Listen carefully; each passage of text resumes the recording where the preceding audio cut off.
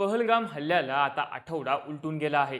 दर दिवशी या हल्ल्याबद्दलच्या अपडेट्स किंवा भारतीय लष्कराकडून केल्या जाणाऱ्या कारवाई संबंधीच्या बातम्या समोर येताना दिसत आहेत।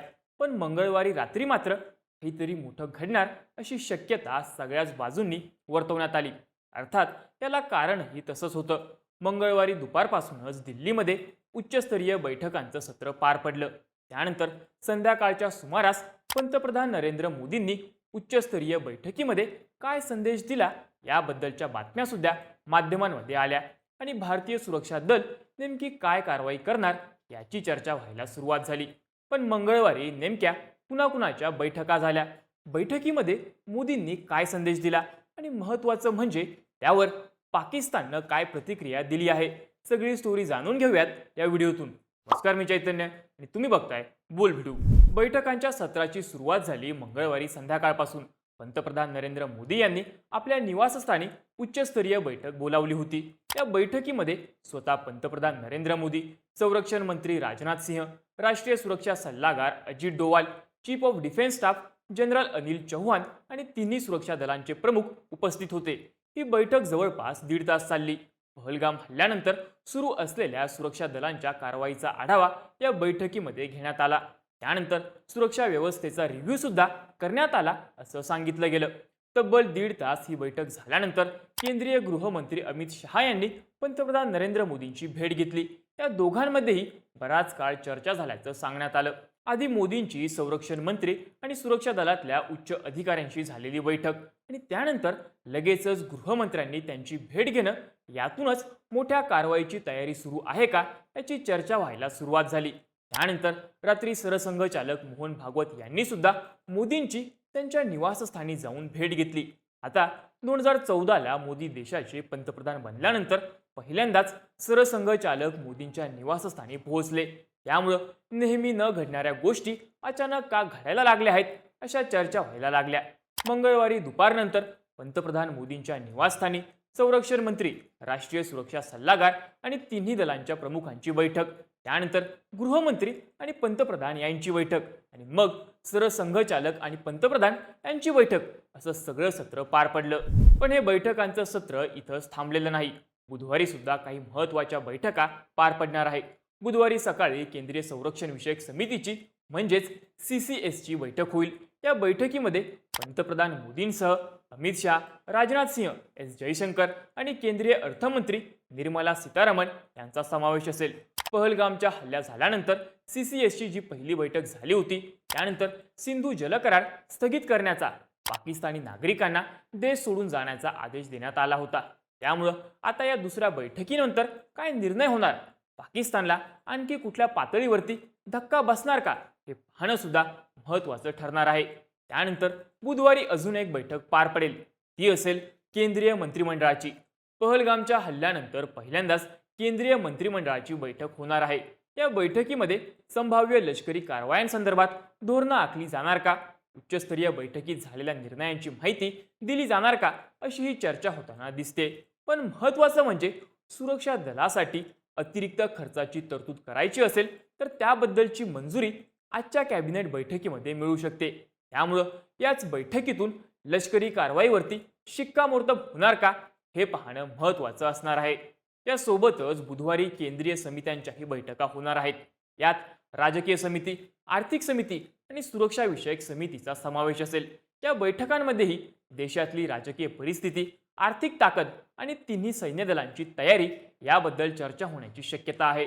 मंगळवारी मोदींनी घेतलेल्या उच्चस्तरीय बैठका आणि त्यानंतर बुधवारी केंद्रीय मंत्रिमंडळ, केंद्रीय समित्या यांच्या बैठका होणार असल्यानं राजधानी दिल्लीमध्ये बुधवारी काय निर्णय होणार याकडे सगळ्या देशाचं लक्ष लागलंय।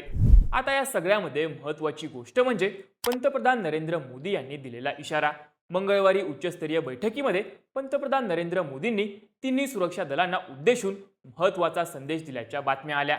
माध्यमांमध्ये असलेल्या वृत्तानुसार कधी, कुठे आणि केव्हा लष्करी कारवाई करायची याचं संपूर्ण स्वातंत्र्य संरक्षण दलांना असेल, असं म्हणत मोदींनी तिन्ही सुरक्षा दलांना कारवाईची पूर्ण मुभा दिल्याचं सांगण्यात येतंय। थोडक्यात पंतप्रधान मोदींनी लष्करी कारवाईला हिरवा कंदील दाखवला आहे।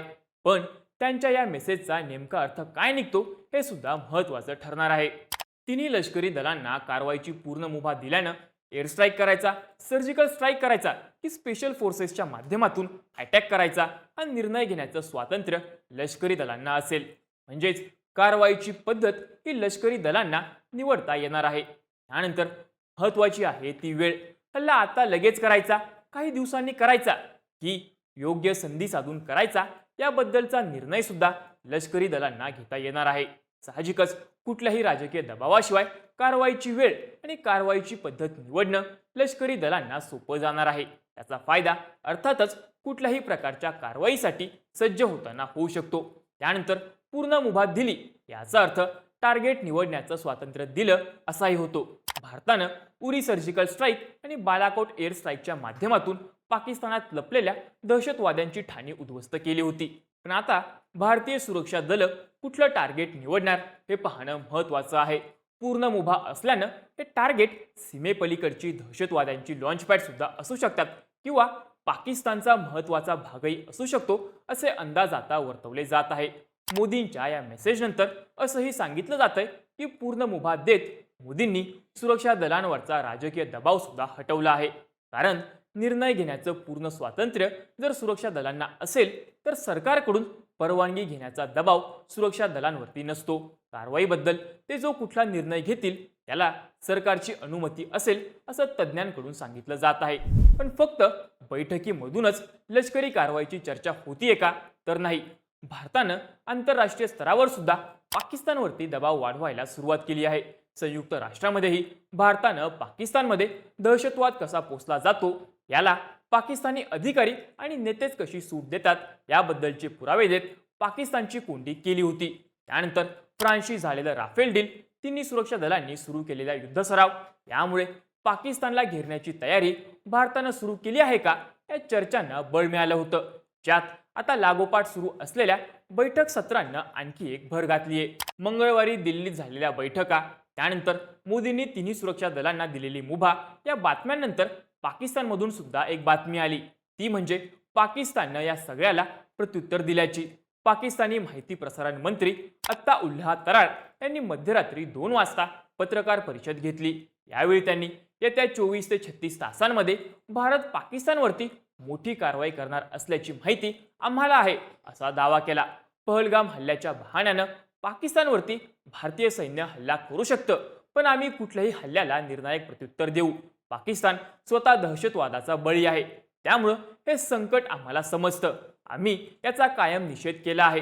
पहलगाम हल्ल्याची निष्पक्ष चौकशी व्हावी यासाठी तज्ज्ञांच्या टीमद्वारे पारदर्शी चौकशी करण्यास आम्ही तयार आहोत. जागतिक पातळीवरती या स्थितीचं गांभीर्य ओळखून हस्तक्षेप करण्यात यावा. पाकिस्तान कुठल्याही किमतीमध्ये आपल्या सार्वभौमत्वाचं आणि प्रादेशिक अखंडतेचं रक्षण करण्यासाठी तयार आहे असंही तरार म्हणाले. त्यानंतर पाकिस्तानी सैन्याकडून सीमेवरती गोळीबार सुद्धा करण्यात आला, त्याला भारतीय सैन्यानं जोरदार प्रत्युत्तर दिलं. मंगळवारी झालेल्या बैठका, बुधवारी केंद्रीय मंत्रिमंडळ आणि केंद्रीय समित्यांच्या बैठका, पंतप्रधान नरेंद्र मोदींनी दिलेला एक मेसेज आणि बिथरलेल्या पाकिस्तानमधून आलेली प्रतिक्रिया यामुळं हे सगळं मोठ्या कारवाईचे संकेत आहेत का आणि नेमकी कारवाई काय होणार याकडे सगळ्या भारताचं आणि अर्थातच पाकिस्तानचं लक्ष असेल. या सगळ्या घडामोडींबद्दलच्या तुमच्या प्रतिक्रिया आम्हाला कमेंट करून नक्की सांगा आणि माहितीपूर्ण व्हिडिओज बघण्यासाठी बोलबिडूच्या YouTube चॅनलला नक्की सबस्क्राईब करा.